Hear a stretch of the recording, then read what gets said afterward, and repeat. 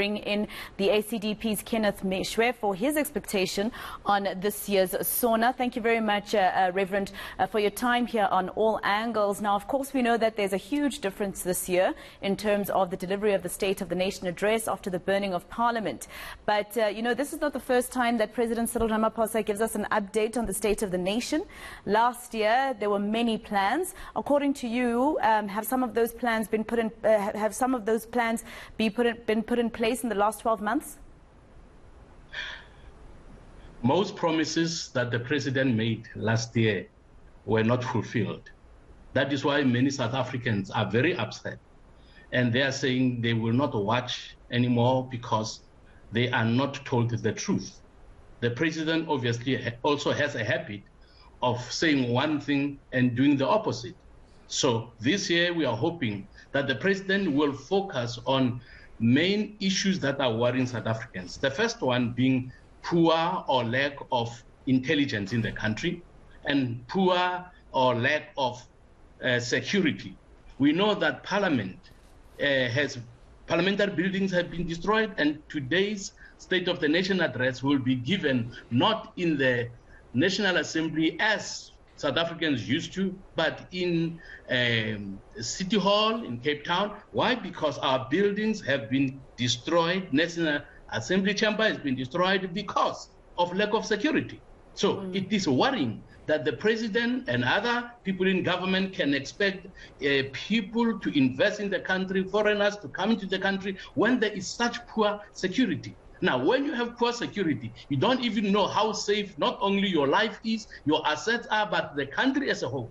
Nations of the world are hearing, terrorists are also hearing that South Africa has no intelligence, South Africa has poor security, so we can be invaded at any time. So we want, number one, the president to assure South Africans that security is being upgraded and what is being done right now, not what is going to be done, because if he talks about the future, what you'll be promising will not be taking place. So the issue of security is number one when it comes to South Africans. Crime will never be reduced for as long as there's no security. Now, I want to stick to the issue of security and particularly intelligence in South Africa. We saw the president this week breaking the news that he did get that report into the July unrests back in 2021. It did, blame partly Parliament and Cabinet for not having the intelligence to realize that this was coming up. So I assume that you would hope that the president today speaks about who will take accountability then within his cabinet for last year's July unrest.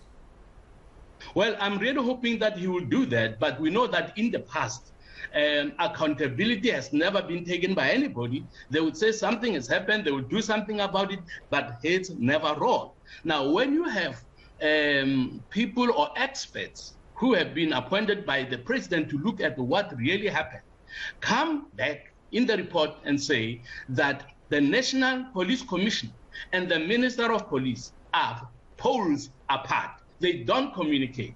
These two people are critical in fighting corruption and crime in the country. So if they are not working together, then we are going to have a major mistake. We are going to have a major crisis. So the ACDP wants to know, besides what the report is saying, the president must tell the country that the concerns of South Africans are going to be addressed. And one of the ways of addressing those concerns are to ensure that those responsible are taken to task. We know that during those riots last year in July, that for the first 3 days, you did not see the Minister of Police, you did not see the Commissioner of Police. None of them said a word for 3 days. So heads must roll. These two guys in particular must take responsibility, and the Minister of Intelligence, obviously. So to be told that something's been done about what happened, and yet you still have that Minister of Police there, you still have the Commissioner of Police there, nothing's happening to them, it shows that government is not serious about improving security in South Africa. Those two people must be replaced. You cannot expect to have security improve while you still have the same minister who disappeared for 3 days, the same Commissioner of Police who disappeared for 3 days. Where did they hide? Where were they hiding? Why? Well, I do think that the minister did come out during the investigation into the unrest and said that he was actually diagnosed with COVID, or rather there was somebody close to him who had it and he had to self-isolate.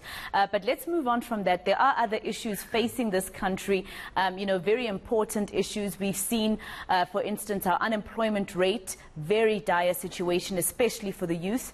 Are you hoping, especially because the youth feels that everybody in Parliament is too old to understand our plight, and that you still, everybody in Parliament still has that whole, you are children, you have to listen to us and do what we say. So the youth of South Africa, Mr. Meshoe, is feeling as though all political leaders are not actually talking directly to them, but every State of the Nation address is too technical to even understand.